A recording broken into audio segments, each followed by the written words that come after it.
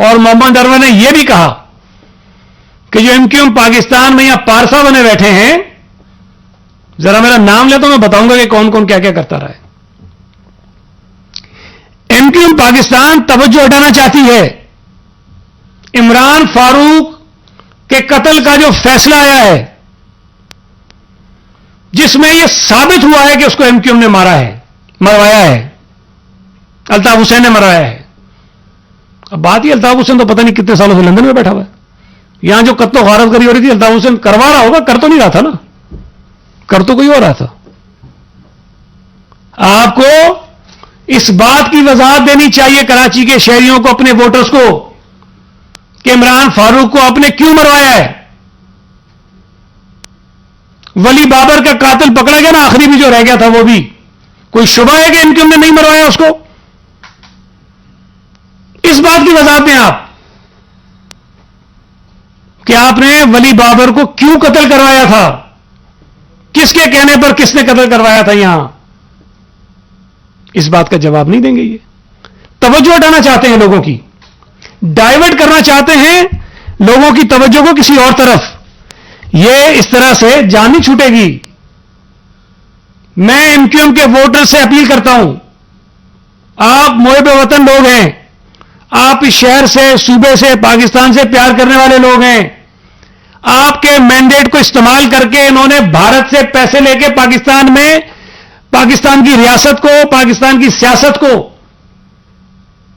ان کے خلاف سازشیں کی ہیں۔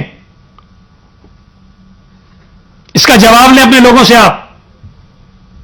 کراچی کے مسائل انشاءاللہ تعالی ہم مل کے حل کریں گے، لیکن جو بھارت کی ایما پر کراچی کے اندر حرکتیں کی گئی ہیں، بھارت کے پیسے کو استعمال کر کے یہاں جو کچھ کیا گیا ہے، اس کا جواب لیں آپ ان سے۔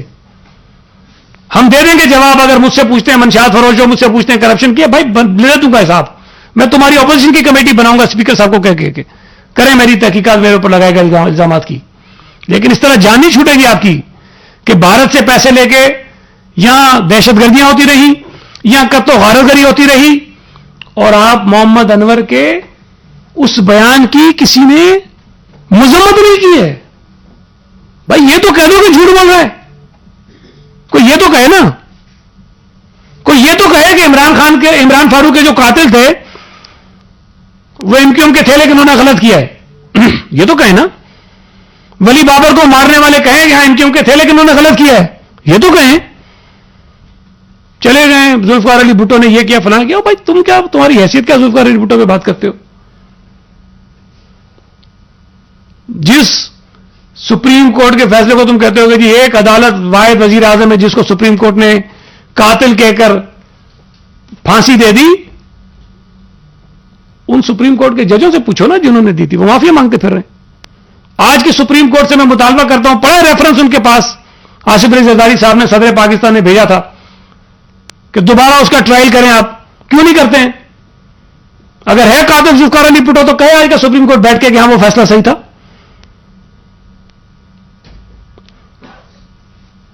ذوالفقار علی بھٹو کے ماتھے پر جو کلنک کا ٹیکا لگایا گیا تھا وہ ذوالفقار علی بھٹو کے ماتھے پر نہیں ہے، وہ ہماری عدالتوں کے ماتھے پر کلنک کا ٹیکا ہے۔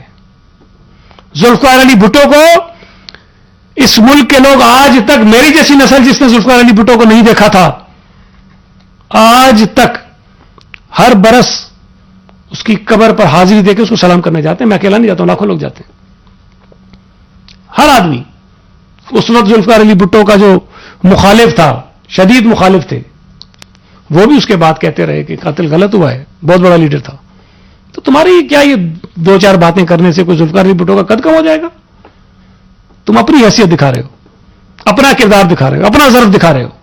ذوالفقار علی بھٹو کو تمہاری دو چار باتیں بولنے سے کوئی فرق نہیں پڑتا ہے، وہ جتنا بڑا لیڈر تھا۔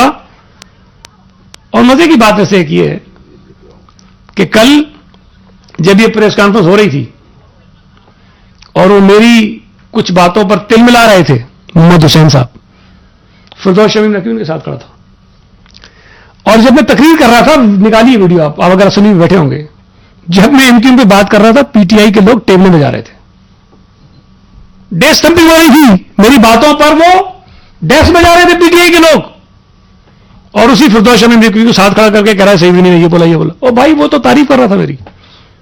فردوس شامی نقوی نے کھڑے ہو کے کہا بعد میں کہ سعید غنی نے جو حق بات کہی ہے, سچ بات کہی ہے, وہ بات اچھی کہی ہے اس نے. یہ کہا اس نے میری تقریر کے بعد اس نے ٹیبل بجائی ہے اور اس کو کھڑا کر کے تم ساتھ میری تقریر کی برائی کر رہے ہو. اور پہلے اس سے پوچھو کہ ان کا موقف کیا ہے. تو بہرحال میں نے سوری آپ کا وقت کافی لے لیا ہے, چیزیں اور بھی بہت ہیں, لیکن اگر کوئی سوال آپ کا ہوگا تو جواب دے دیں گے. جی جناب سوری, ایک ایک کر کے اس کے بعد کرنا. سوال ہے کہ اس سال یہ بتایا گیا ہے کہ 20% زیادہ بارشیں ہوں گی کراچی میں, اور کراچی کے نالے جو ہے نا وہ میدان بن گئے ہیں, بچے وہاں کھیلتے ہیں, سب بند ہے. جب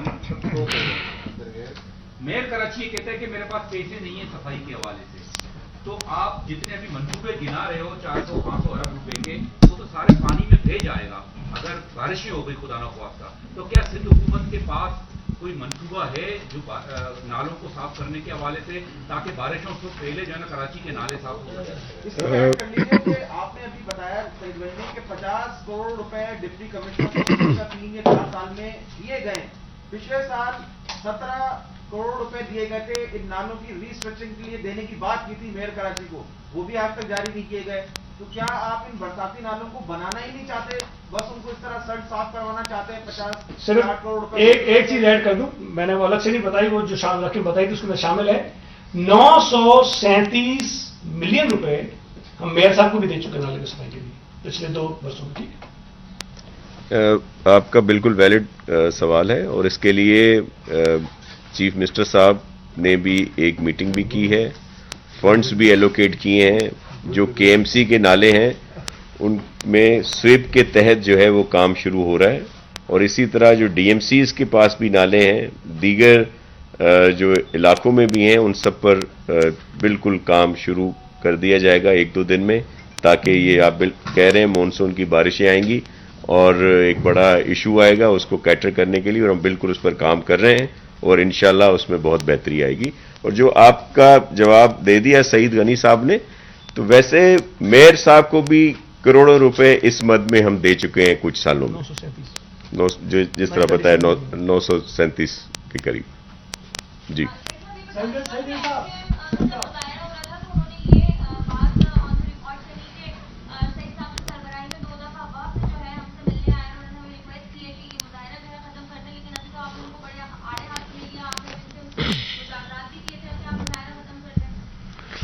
دیکھیں, ایک تو ہم پولیٹیکل لوگ ہیں, ایم کیو ایم کے ایم پی ایز اگر اسمبلی کے اجلاس کا بائیکاٹ کر کے باہر بیٹھے تو ہماری حکومتی پارٹی ہونے کی وجہ سے یہ ذمہ داری بنتی ہے کہ ہم جا کر ان کے جو ایشوز ہیں ان سے وہ سنیں, اور جو باتیں میں نے دہرائی ہیں ان کے حوالے سے وہ آپ بھی سنتی رہتی ہیں, وہ انہوں نے ہم سے بھی کہی, اور ہم نے ان کو یہ سارے جوابات دیے جو میں نے آپ کے سامنے رکھے ہیں. تو ہم آج بھی یہ سمجھتے ہیں, دیکھیں ایم کیو ایم میں سارے لوگ کوئی دہشت گرد تو نہیں تھے نا, وہ تو میں ہمیشہ سے کہتا ہوں, اور بلکہ میں کیا کہتا ہوں, شہید بی بی نے کہا تھا کہ ایم کیو ایم کا ایک پولیٹیکل ونگ ہے, ایک ملیٹنٹ ونگ ہے. انہوں نے کہا تھا کہ پولیٹیکل ونگ سے بات چیت کرنے میں کوئی پرابلم نہیں ہے, اور پولیٹیکل لوگ ہیں میں بات کرنی چاہیے. مطلب کچھ لوگ ہیں نا جو یہ کارستانیاں کرتے تھے, جو کاروائیاں کرتے تھے, سارے تو نہیں ہیں. تو آج بھی اگر ایم کیو ایم کا کوئی پولیٹیکل ونگ ہے جو الطاف حسین کی نفرت انگیز سیاست کو چھوڑ کے پازیٹو پالیٹکس کرنا چاہتا ہے تو ان کا حق ہے, کرنا چاہیے ان کو, اور یہ اچھی بات ہے. تو ہم نے ان سے بات کی, اور ہم اب بھی وہ بات کریں گے اگر ایشوز پر بات کرنے میں کوئی اعتراض نہیں ہے ہمیں. لیکن دیکھیں بات یہ کہ کل انہوں نے کچھ باتیں کہی تھیں, اس کی جواب دینا تو ہمارا ذمہ داری بنتی ہے. اب یہ تو کوئی نہیں کہ اگر ہم ان سے ملنے گئے اور وہ جو جھوٹ بولتے رہے ہم ان کا جواب ہی نہ دیں. تو جو کراچی کو اسکیمز ملتی ہیں اس کے متعلق غلط بیانی تھی, ہمارا فرض تھا کہ ہم آپ کو بتائیں کہ جی کیا ہے. انہوں نے جو ہمارے متعلق غلط باتیں کہیں, ہمارا حق بنتا ہے کہ ہم آپ کو بتائیں, تو وہ اپنی جگہ ہے, لیکن بات چیت کرنے کو اب بھی تیار ہیں, ان سے بات کریں گے, بیٹھ کے ریزالو کریں گے. ایک منٹ, ایک ایک کر کے پلیز.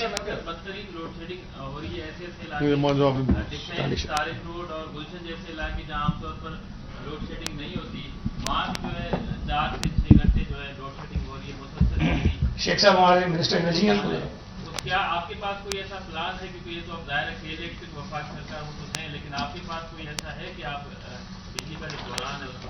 اچھا، اسی میں صحیح کا یہ ایڈ کرنا ذرا پانی کے بحران پہ بھی ہے. میں یہ بات کر لوں اس کا لائٹ پہ کر لیں آپ.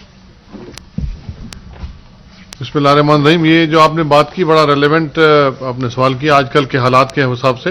جیسے ہی یہ لوڈ شیڈنگ شروع ہوئی تھی کراچی میں یا اس سے پہلے حیدرآباد ریجن میں یا سکھر ریجن میں، تو وزیر اعلیٰ صاحب کی ہدایت پہ میں نے ان سب تمام جو چیفز ہیں کراچی الیکٹرک کے اور سیپکو اور ہیسکو کے، ان لوگوں سے بات کی تھی، میٹنگز کی تھیں. اور پھر جب کراچی میں یہ پھر 2 دن کے بعد مزید 12 گھنٹے کی 10 گھنٹے کی لوڈ شیڈنگ ہوئی، تو ہم نے اس کا پورے سیریسلی نوٹس لے کے نیپرا کو بھی انوالو کیا اور کراچی الیکٹرک کو بھی انوالو کیا. تو وہاں سے جو تفصیل ہمیں ملی ہے تو وہ بڑی مطلب میں سمجھتا ہوں کہ نااہلی کی ایک اور داستان ہے فیڈرل گورنمنٹ کی، جنہوں نے مطلب اس پر توجہ نہیں دی. ان کی ایل پلاننگ، ان کی نااہلی، ان کی جو مطلب میں سمجھتا ہوں کہ ویژن ہی نہیں تھا ان کو اس چیز کا کہ کتنا فرنس آئل کی ضرورت ہے، کتنی ضرورت پڑے گی اور گرمی کتنی بڑھے گی. انہوں نے 26 مارچ کو فرنس آئل کی پابندی، تیل کی درآمد پر پابندی عائد کر دی، جو کہ دنیا میں اس وقت اپنے ریکارڈ کے مطابق سب سے سستا ترین تیل تھا، مل رہا تھا. اس وقت انہوں نے پابندی عائد کر کے یہاں مطلب اس کا حساب بھی نہیں رکھا گیا کہ کتنی کراچی الیکٹرک کو، ہیسکو کو، سیپکو کو کتنا فرنس آئل چاہیے. ریفائنریز کا بھی پابندی لگا دی گئی امپورٹ کرنے کی. تو پی ایس او جو کہ ان کو تیل فراہم کرتا ہے، انہوں نے معذوری ظاہر کر دی اور کہا کہ ہمارے پاس تیل نہیں ہے. اس وجہ سے لوڈ شیڈنگ کراچی میں فوری طور پہ بڑھ گئی اور تقریباً 12 گھنٹے تک انہوں نے لوڈ شیڈنگ کی، جبکہ سیپکو اور ہیسکو میں 18 گھنٹے کی، 16 گھنٹے کی لوڈ شیڈنگ ابھی بھی ہو رہی ہے. اب کچھ انہوں نے شاید کم کر دی ہے جو ہمارے نوٹس لینے کے بعد. نیپرا کو بھی انوالو کیا ہے. اب جا کے جب ہم نے پریشر دیا ان کو، ہم نے بات کی، نیپرا کو بھی انوالو کیا. اب انہوں نے تیل کیونکہ کسی کمپنی او ایم سی کمپنی کے پاس نہیں ہے، ریفائنریز میں نہیں ہے اور پی ایس او کے پاس نہیں ہے، جو کہ فیڈرل گورنمنٹ کی بڑی کوتاہی ہے، بہت ہی نااہلی ہے پاور ڈویژن کی اور اوگرا کی، جو کہ جن کی ڈیوٹی تھی، ذمہ داری تھی یہ تیل کی فراہمی مسلسل رکھتے. اس وجہ سے انہوں نے ہبکو سے تیل ادھار پہ لیا ہے، ان کے پاس اسٹور میں تھا جو کہ لیا ہے، جس کی وجہ سے کراچی کو سپلائی تیل کی فرنس آئل کی دوبارہ شروع ہوئی ہے. وہ کل رات کو پہنچا ہے ان کے پاس. میری ادھر پریس کانفرنس میں آنے سے پہلے بھی کراچی الیکٹرک کے چیف سے بات ہوئی ہے. انہوں نے کہا انہوں نے 6 گھنٹے کی لوڈ شیڈنگ کر دی ہے اور جیسے جیسے تیل کی فراہمی ہبکو سے ملتی جائے گی تو وہ اس کو مطلب مزید کم کر دیں گے اور کل تک یہ لوڈ شیڈنگ بہت نامینل رہ جائے گی کراچی میں. اسی طرح ہم نے سیپکو اور ہیسکو والوں سے بھی بات کی ہے، وہاں بھی ہم کوئی پلان بنا رہے ہیں. لیکن دیکھیں جی، یہ مسئلہ جو آپ نے جو سوال کیا کہ یہ کیا رول ہے، یہ رول ہے فیڈرل گورنمنٹ کا. یا اگر وہ نہیں سنبھال سکتے ان کو تو ہمارے حوالے کر دیں، ہم سنبھالتے ہیں. ان کی نااہلی ہے، پلاننگ ان کو کرنی تھی، تیل کی فراہمی ان کے پاس ہے، یہ مطلب پیٹرولیم ڈویژن کرتا ہے یا پاور ڈویژن کرتا ہے. ان کی نااہلی ہے، اس کا جواب ان کو دینا چاہیے بجائے اس کے کہ اور جب پیٹرول بھی اتنا مہنگا کر دیا، 100 روپے کے مطلب 1 لیٹر میں 47 روپے جو ہے وہ ٹیکس ہے. آپ اس کا اندازہ کر لیں، 100 روپے لیٹر سے 47 روپے ٹیکس ہے. اتنا مہنگا پیٹرول لوگوں کو دیتے ہیں لیکن پھر وہ ایل پلاننگ کی وجہ سے منگا بھی نہیں سکتے اور وہ پورت بھی پورا نہیں کر سکتے. لیکن ابھی لوڈ شیڈنگ میں کچھ کمی آئی ہے، کچھ 1 اور 2 دنوں میں اور کمی آ جائے گی اور تقریباً نامینل رہ جائے گی. قاضی آصف صاحب، ایک سیکنڈ. جی قاضی صاحب، جی قاضی صاحب. آپ نے ابھی جو بجٹ کے حوالے سے کہا کہ کراچی شہر میں آپ اتنا پیسہ خرچ کر رہے ہیں، پھر بھی مسائل حل نہیں ہو رہے. اور اسی کے ساتھ میرا سوال یہ ہے کہ افغان مہاجرین، جیسے آپ نے کہا کہ بہت زیادہ لوگ کراچی میں آ رہے ہیں، اس وجہ سے یہاں کے مسائل جو ہے وہ پورے حل نہیں ہو رہے، بجٹ مکمل طور پر جو ہے وہ اس کو میٹ نہیں کر رہا. تو افغان مہاجرین کے اسٹے کا وقت جو ہے وہ ختم ہو گیا ہے پاکستان میں، جو ہونے جا رہا ہے. تو کیا سندھ گورنمنٹ وفاقی حکومت سے اس کو اپروچ کرے گی کہ وہ یہاں سے جو سندھ میں اسپیشل جو کراچی میں افغان مہاجرین ہیں ان کو اپنے ملک میں واپس بھیجیں؟ اور دوسرا یہ کہ کراچی بدمنی کیس میں سپریم کورٹ کا واضح فیصلہ ہے کہ 20 لاکھ انلیگل امیگرنٹس کراچی میں رہتے ہیں، بہت بڑا بوجھ ہے کراچی شہر پہ، اس کو کھول کر نکالا جائے. تو اس وقت سے لے کے ابھی تک اس حوالے سے کوئی کام نہیں. اور سندھ گورنمنٹ اس سلسلے میں کیا کر رہی ہے تاکہ کراچی پر جو آبادی کا دباؤ ہے اس کو کم کیا جا سکے؟ دیکھیں، ایک تو میرا خیال ہے کہ یہ جو افغان مہاجرین کا ایشو ہے یہ صرف کراچی میں نہیں پورے پاکستان میں یہ مسئلہ ہے، اور کراچی میں نسبتاً تھوڑا زیادہ ہوگا، لیکن بلوچستان میں بھی اور خیبر پختونخوا میں بھی یہ پرابلم ہے۔ اس میں جو یونائٹڈ نیشنز کی کچھ آپ کے اوپر پابندیاں ہوتی ہیں جس کی بنا پر غالباً انہوں نے اسٹے ان کا تھوڑا سا بڑھا دیا تھا، لیکن اصولی طور پر تو اس بات سے کسی کو اختلاف نہیں ہے کہ جتنے بھی غیر ملکی پاکستان میں بستے ہیں جو کسی بھی ملک سے ان کا تعلق ہو، افغان مہاجرین کا ایک ایشو تو ہے یونائٹڈ نیشنز کے ساتھ، وہ تو جو ریکارڈڈ ہوں گے، جن کا آپ کے پاس ریکارڈ ہوگا وہ سارے جانے چاہیے، چلے جائیں گے، لیکن اس کے علاوہ جو اس سے زیادہ خطرناک بات ہے، جو زیادہ اہم بات ہے، وہ اللیگل امیگرینٹس ہیں جن کا ایز سچ کوئی ڈیٹا اور ریکارڈ نہیں ہوتا ہے کسی بھی حکومت کے پاس۔ ظاہر ہے جو غلط طریقے سے ملکی سرحدیں پار کر کے آتا ہے اس کا ریکارڈ کسی کے پاس نہیں ہوتا ہے، اور یہ ایک بہت بڑا مسئلہ بالکل ہے، اور اس میں بھی بنیادی جو رسپانسبلٹی بنتی ہے وہ تو فیڈرل گورنمنٹ کی بنتی ہے، لیکن مجھے شاید تھوڑا سا یاد پڑتا ہے کہ یہ ایک ایلینز کو رجسٹر کرنے کے لیے ایک کوئی اتھارٹی بنائی گئی تھی جنرل پرویز مشرف کے وقت میں، جی مجھے پتہ ہے، ہاں وہ بعد میں ختم کر دی گئی، لیکن یہ اتنا آسان کام بھی نہیں ہے، یہ بہت بڑا چیلنج ہے، اور میں سمجھتا ہوں کہ اس ملک کے جتنے بھی مسائل ہیں ان میں شاید ایک سب سے بڑا مسئلہ یہ بھی، اگر اور بہت سارے مسائل براہ راست اس سے جڑے ہوئے نہیں ہیں لیکن ڈائریکٹلی اسی کی وجہ سے آپ کے بہت سارے اور مسائل اس ملک میں پیدا بھی ہو رہے ہیں، تو یہ تو وفاقی حکومت کو اور شاید تمام صوبوں کو مل کر اس پہ کام کرنا چاہیے، اور پہلے مرحلے میں اللیگل امیگرینٹ جتنے ہیں ان کو نکالنا چاہیے، اور افغانستان سے آئے ہوئے لوگوں کے متعلق جو یونائٹڈ نیشنز کے ساتھ ایشوز ہیں اس کو بیٹھ کے ہم سارٹ آؤٹ کریں تاکہ وہ اپنے ملک میں زیادہ حالات ان کے بہتر ہو گئے تو ان کو واپس جانا چاہیے۔ اچھا ایک منٹ ذرا، یہ بزرگ آدمی ہے، جی آپ کر لیں۔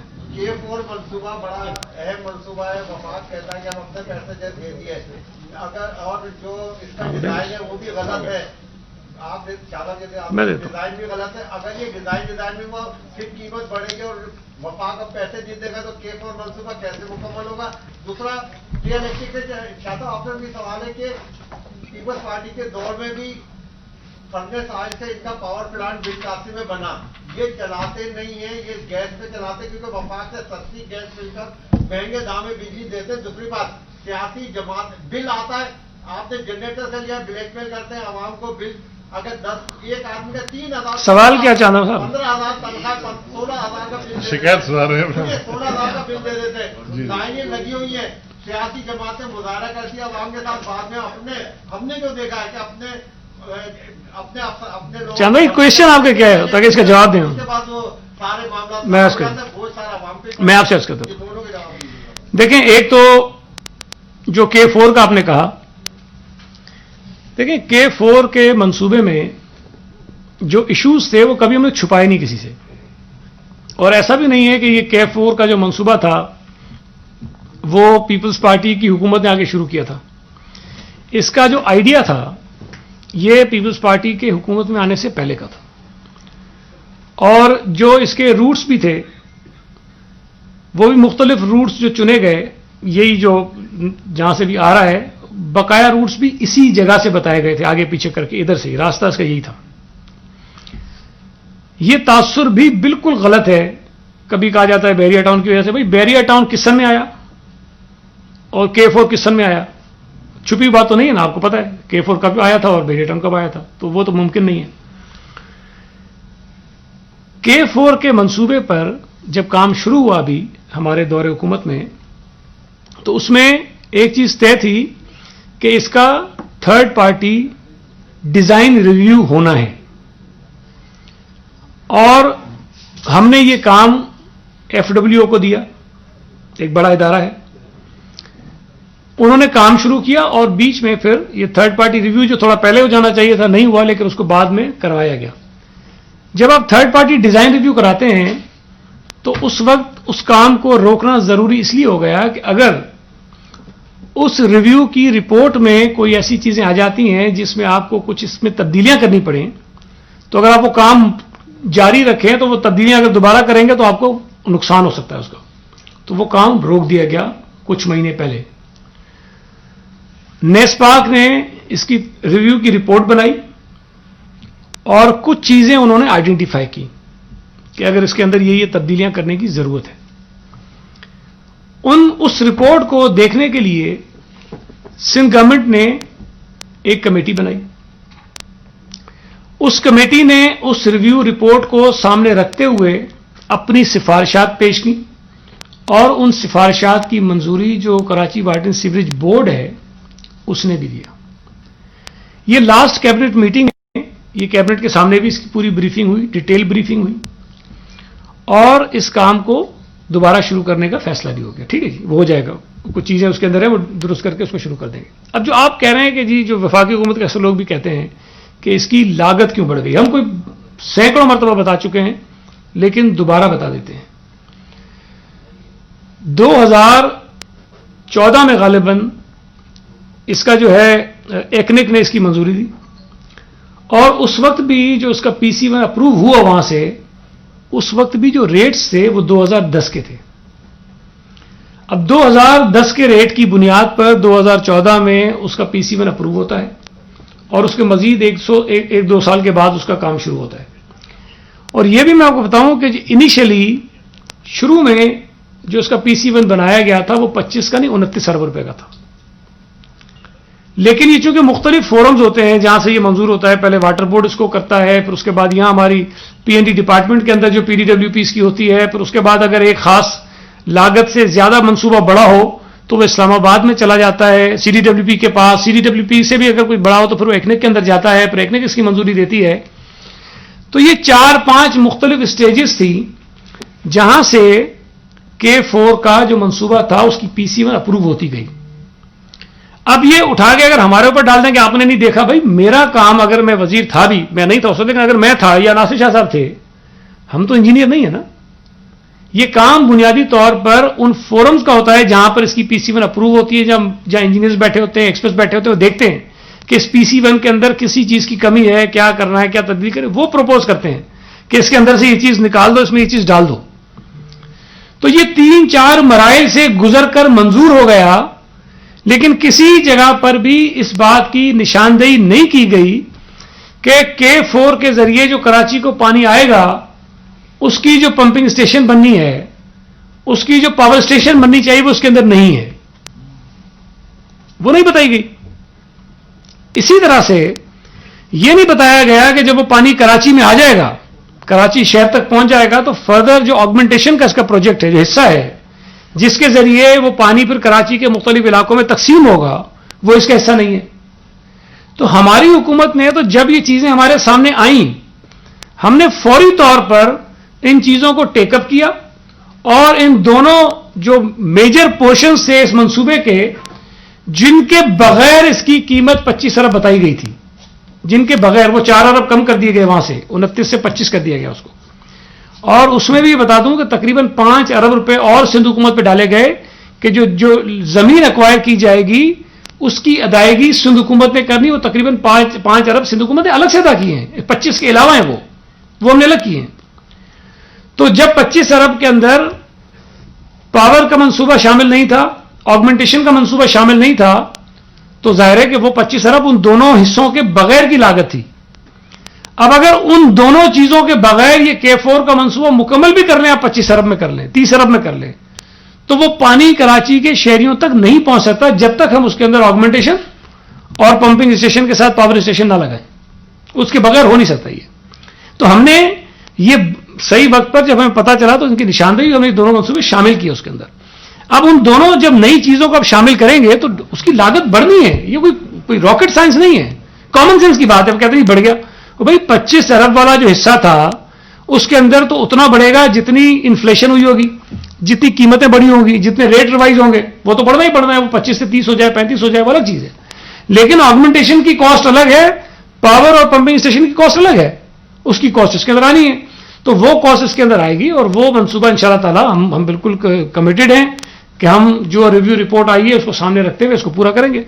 جو جی ایک سیکنڈ بہت زیادہ کافی دیر سے کہہ رہے ہیں جی, ایک سیکنڈ اس کے بعد وہ بھی کافی دیر سے آپ کا پوچھ, ارے پوچھ لیتا ہوں آپ کا اس کے بعد.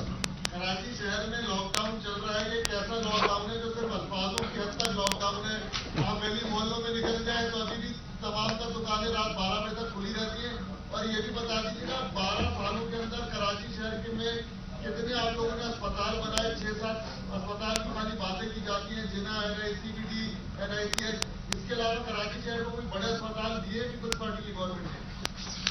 دیکھیں پہلی بات تو یہ ہے کہ جو لاک ڈاؤن کی آپ نے بات کی، میرا خیال ہے کہ اس پر چیف منسٹر صاحب بھی بڑی وضاحت سے بات کر چکے ہیں، میں زیادہ نہیں دہراؤں گا، لیکن ظاہر ہے سندھ حکومت کا تو یہ خیال ہے کہ ورلڈ ہیلتھ آرگنائزیشن نے جو مشورہ دیا ہے حکومت پاکستان کو یا تمام صوبوں کو، ہمیں اس پہ عمل کرنا چاہیے.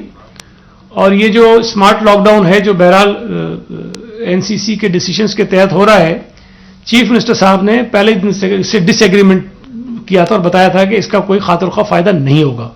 تو بہرحال اب چونکہ وہ ایک ڈیسیشن ہے وفاقی سطح کا، سپریم کورٹ کا یہ حکم ہے کہ وفاقی حکومت جو فیصلے کرے کرونا کے اس حالات میں، صوبائی حکومتیں ان کو فالو کریں، تو ہم ان کو فالو کر رہے ہیں. جو ہاسپٹلس کی بات آپ نے کہی، دیکھیں کراچی شہر میں ہاسپٹلس کی کمی نہیں ہے. ان ہاسپٹلس میں جو سہولتیں شہریوں کو ملتی ہیں کیا وہ بہتر ہیں کہ نہیں ہیں؟ ہم نے یہ تو آپ نہیں کہہ سکتے ہمیں کچھ نہیں بنایا، ہم نے بہرحال ہاسپٹلس بنائے ہیں، لیکن جو آپ گنواتے ہیں وہ میں سمجھتا ہوں کہ ہمیں بار بار گنوانے بھی ہیں، اس لیے کہ لوگ مانتے نہیں ہیں. اگر 2014 میں این آئی سی وی ڈی کے اندر 5 لاکھ پیشنٹ آئے اور اس سال اگر 23 لاکھ پیشنٹ آئے تو ہم نے کوئی سہولتیں تو دی ہیں نا لوگوں کو، کہ 5 لاکھ سے بڑھ کر 23 لاکھ پیشنٹس تک اس کی تعداد گئی ہے. اگر آپ اس کا پورا ڈیٹا دیکھیں، ہر چیز کی الگ الگ ہیں، سرجریز کتنی ہوئی ہیں، جو پلاسٹکس کتنی ہوئی ہیں، جیوگرافی کتنی ہوئی ہیں، آپ کمپیریزن کریں نا. ہم نے سہولتیں دی ہیں. دیکھیں جو عام لوگ ہیں، غریب لوگ ہیں، بلکہ میں تو کہتا ہوں کہ جو مڈل کلاس کے لوگ بھی ہیں، وہ بھی جو خاص مہنگی بیماریاں ہیں، جو مہنگا علاج ہے، وہ افورڈ نہیں کر سکتے ہیں. جو لوگ مہنگے پرائیویٹ ہاسپٹلز میں علاج افورڈ کر سکتے ہیں، ان کے لیے این آئی سی وی ڈی کوئی کامیابی نہیں ہے، اس لیے کہ وہ جاتے ہی نہیں ہیں وہاں، ان کے پاس پیسوں کا مسئلہ نہیں ہے. وہ 20 لاکھ خرچ کر کے دل کا آپریشن کہیں بھی کرا سکتے ہیں، 10 لاکھ خرچ کر کے کرا سکتے ہیں. لیکن جس غریب آدمی کے پاس 50,000 بھی نہیں ہے اور اس کو پتا چلے کہ اس کے آپریشن کے اوپر 5 لاکھ یا 10 لاکھ خرچ ہونا ہے، اس سے پوچھیں کہ این آئی سی وی ڈی ہے کیا. تو این آئی سی وی ڈی نے صرف کراچی میں نہیں، پورے صوبے میں ہم نے جتنی تیزی سے اس کو پھیلایا ہے. اور یہ بھی ذہن میں رکھیں کہ کراچی شہر میں 90% اس کے چیسٹ پین یونٹ جو ہے کراچی میں ہیں، اور ان چیسٹ پین یونٹس کی وجہ سے، صرف وہ جو ہم نے کنٹینرز میں چھوٹے چھوٹے یونٹس لگا دیے ہیں مختلف علاقوں میں، ان کی وجہ سے کراچی کے 8,500 لوگوں کی جانیں بچی ہیں. گئے تو بہت لوگ ہیں، 8,500 وہ لوگ گئے ہیں جن کو سیریس ہارٹ اٹیک ہوئے، اور اگر ان کو تاخیر ہوتی ہاسپٹل میں پہنچے تو ان کی جان جا سکتی تھی. تو میں اس کا تو میں آتا ہوں نا اس کی طرف، کینسر کا بھی کر رہے ہیں یہاں پہ، ایس آئی یو ٹی میں بھی کر رہے ہیں، گردے کا بھی کر رہے ہیں، اور بھی ساری چیزیں ہو رہی ہیں. لیکن جب آپ یہ کہیں گے نا کہ یہ نہیں ہو رہا تو ممکن ہے آپ صحیح ہو، لیکن جو میں کہہ رہا ہوں کہ جو ہو رہا ہے وہ بھی ٹھیک ہے. آپ یہ توقع تو نہ کریں ہم سے یا پاکستان جیسے ملک میں کسی صوبائی حکومت سے کہ ہم ساری بیماریوں کے سارے جو دنیا میں بہترین علاج ہیں وہ فراہم کر دیں گے. اللہ کرے گا کریں گے انشاءاللہ تعالی، لیکن وقت لگے گا نا اس کے لیے. تو جو ہم نے کیا ہے اس کا موازنہ ہمارا کسی بھی ہاسپٹل میں، ابھی مجھے 3 دن پہلے پشاور سے ہمارے کسی ایک سینئر سابق سینیٹر نے فون کیا کہ ان کے ایک جاننے والے کا لیور کا مسئلہ ہے، اس کا بیچارے کا علاج یہاں دکھایا بہت مہنگا ہے، تو کسی طرح سے اس کو گمبٹ بھجوانا ہے، کسی کا رابطہ کرواتے ہیں پشاور کے پیشنٹ کا، اور وہ گمبٹ میں علاج کروانے آ رہا ہے پشاور سے. اگر کے پی کے اندر یہ سہولت ہوتی تو یہاں کوئی نہیں آتا. اور این آئی سی وی ڈی میں بھی لوگ آتے ہیں، پنجاب سے بھی آتے ہیں، کے پی کے سے بھی آتے ہیں، بلوچستان سے تو بیچارے پہلے بھی آتے تھے، آتے ہیں لوگ یہاں پر علاج کروانے. تو اس کا مطلب یہ ہے کہ ہمارے ہاں جو ہیلتھ کی فیسلٹیز ہیں وہ باقی صوبوں کے مقابلے میں بہتر ہیں. مرتضی واب جو بار بار کہتا تھا، اس کا لوگ مذاق بھی اڑاتے ہیں، جب وہ کہتا ہے باہر سے لوگ آتے ہیں تو اس کا ریکارڈ، ہم یہ نہیں کہتے ہر آدمی آ رہا ہے، لیکن ہمارے پاس ریکارڈ ہے کہ کئی لوگ پاکستان کے علاوہ دیگر ملکوں سے آئے، انہوں نے ہمارے ہاسپٹلز میں علاج کروایا ہے. یار ایک منٹ، وہ بیچارہ بہت پریشان ہے، ایک منٹ. آپ نے کہا کہ ایم رات سے فنڈنگ لے کر شہر میں دہشت گردی کراتی رہی ہے، اور محمد انور کے بیان کے بعد ایم کو